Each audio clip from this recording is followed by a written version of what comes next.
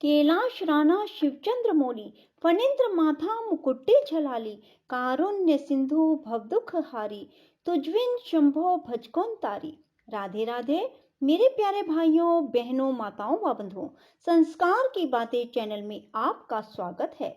बंधुओं, आज माघ मास में मैं आपके लिए लाई हूँ माघ मास महात्म की कथा का 27वां अध्याय। बंधुओं, जिसे सुनने मात्र से भगवान विष्णु और भगवान शिव शंकर भोलेनाथ की कृपा आप पर बरसने लगेगी। बंधुओं, पूर्ण विश्वास, सच्ची निष्ठा और एकाग्र मन के साथ ही कथा को पूरी सुने ताकि आपको पूर्ण फल की प्राप्ति हो सके।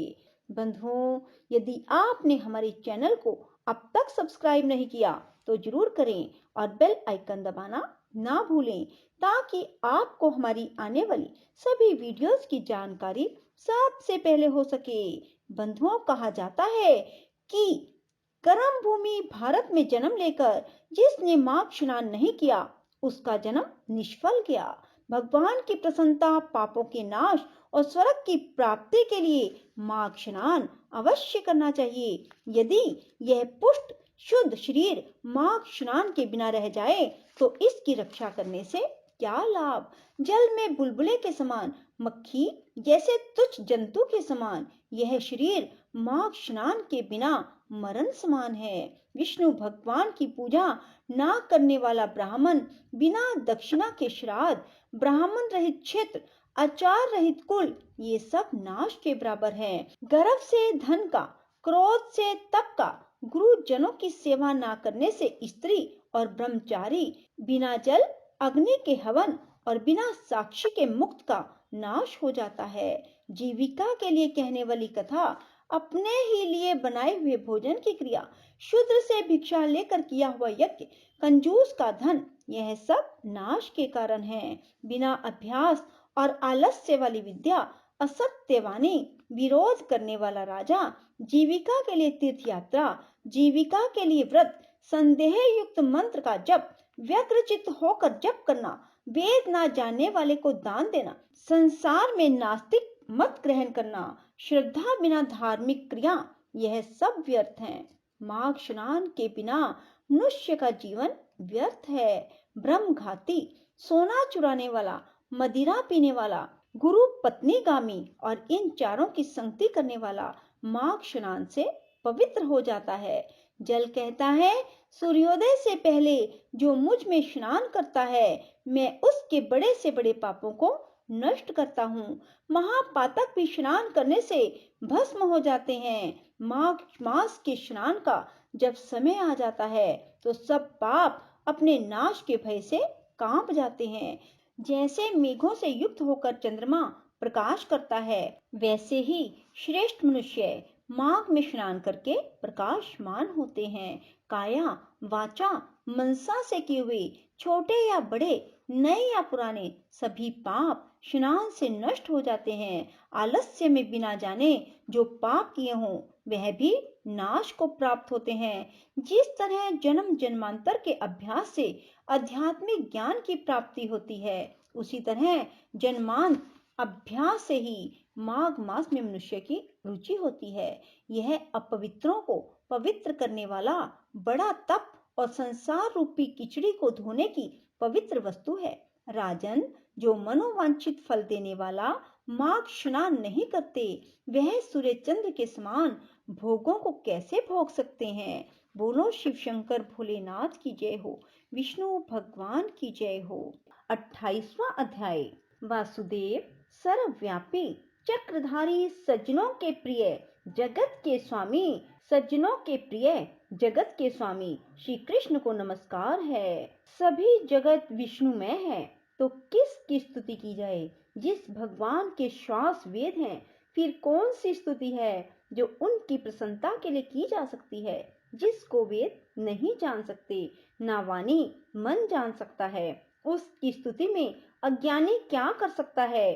सारा चर अचर संसार जिसकी माया से चक्र की तरह घूम रहा है, इसी से हे प्रभु आप चक्रपाणी कहलाते हो। ब्रह्मा विष्णु आप ही हो। सारे संसार को उत्पन्न करने वाले ब्रह्मा को भी आप उत्पन्न करने वाले हो। जब जीव शरीर को धारण करता है तब उसको ज्ञान उत्पन्न होता है। तुम सब सुखों के दाता हो, इसमें कोई संदेह नहीं। आपसे संपूर्ण सुखों के देने वाली बुद्धि उत्पन्न होती है। आप ही 5 कर्मेंद्रियों, पंच महाभूत, मन के विविध भाव हो। ब्रह्मा विष्णु रुद्र की कल्पना से आप संसार की कल्पना इसी प्रकार करते हो जैसे पिता पुत्री की। कवियों में आप जो रूप शोभा देता है, उन निर्गुण विष्णु भगवान को नमस्कार करता हूँ, जिसमें ज्ञान रखने से श्रुतियों में कहे हुए कर्मों को लोग करते हैं। उस पवित्र ब्रह्म को मैं नमस्कार करता हूँ। मैं उस सतरूप हरि को, जिसको योगी लोग सब प्राणियों में आत्म रूप में देखते हैं, उपासना करते हैं, जिसको अद्वैत कहते हुए गाते हैं और यज्ञ करते हैं, उस माधव भगवान को मैं नमस्कार करता हूँ। मनुष्यों को माया और मोह रूपी वायु से सदा भभकने वाली ज्वाला आपके चरण कमल की छाया पहुंचने से नहीं जलाती, जिसके स्मरण मात्र से मोह, अज्ञान, रोग, दुख दूर हो जाते हैं। उस अनंत रूप को मैं नमस्कार करता हूँ, जिसके मिल जाने पर और किसी दूसरे की इच्छा नहीं रहती, जिसको जानकर अद्वैतवादी आत्मा को समान देखते हैं। यदि विष्णु शब्द का अर्थ और उसके विषय का ज्ञान एक ही होता तो इस सत्य से हे माधव, इस संसार की माया में फंसकर तेरे ही ध्यान में मैं रत रहता। यदि वेदांत दर्शन में भगवान सारे संसार में व्याप्त हैं, तो इसी सत्य से भगवान में मेरी निर्विघ्न भक्ति हो, जो बीज नहीं है तो भी बिना बीज के स्वयं विद्यमान है। सो वह विष्णु भगवान रूप रंग से हमारे बीज के टुकड़े टुकड़े को, जो सृष्टि, स्थिति तथा लय के लिए ब्रह्मा विष्णु और महेश 3 रूप धारण करते हैं और कार्य में सत, रज और तम इन तीनों गुणों में विद्यमान है, वह भगवान मुझ पर दया करे। जो देवताओं की प्रार्थना पर अवतार धारण करते हैं, वह भगवान मुझ पर प्रसन्न हो। जो प्राणियों के हृदय रूपी मंदिर में निर्मल देव वास करते हैं, वह भगवान मुझ पर प्रसन्न हो।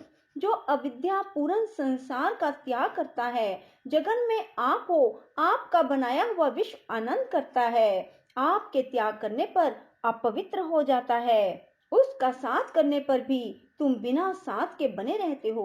विकार रहित, जिनकी 4 वाक पंचभूत योग से पैदा हुआ चैतन्य मानते हुए उपासना करते हैं। जैन लोग आपको शरीर का परिणाम मानते हैं और सांख्यवादी तुम्ही को प्रकृति से पुरुष मानकर ध्यान करते हैं। जन्म इत्यादि से रहित चैतन्य रूप सदा आनंद स्वरूप उपनिषद जिसकी महिमा गाते हैं।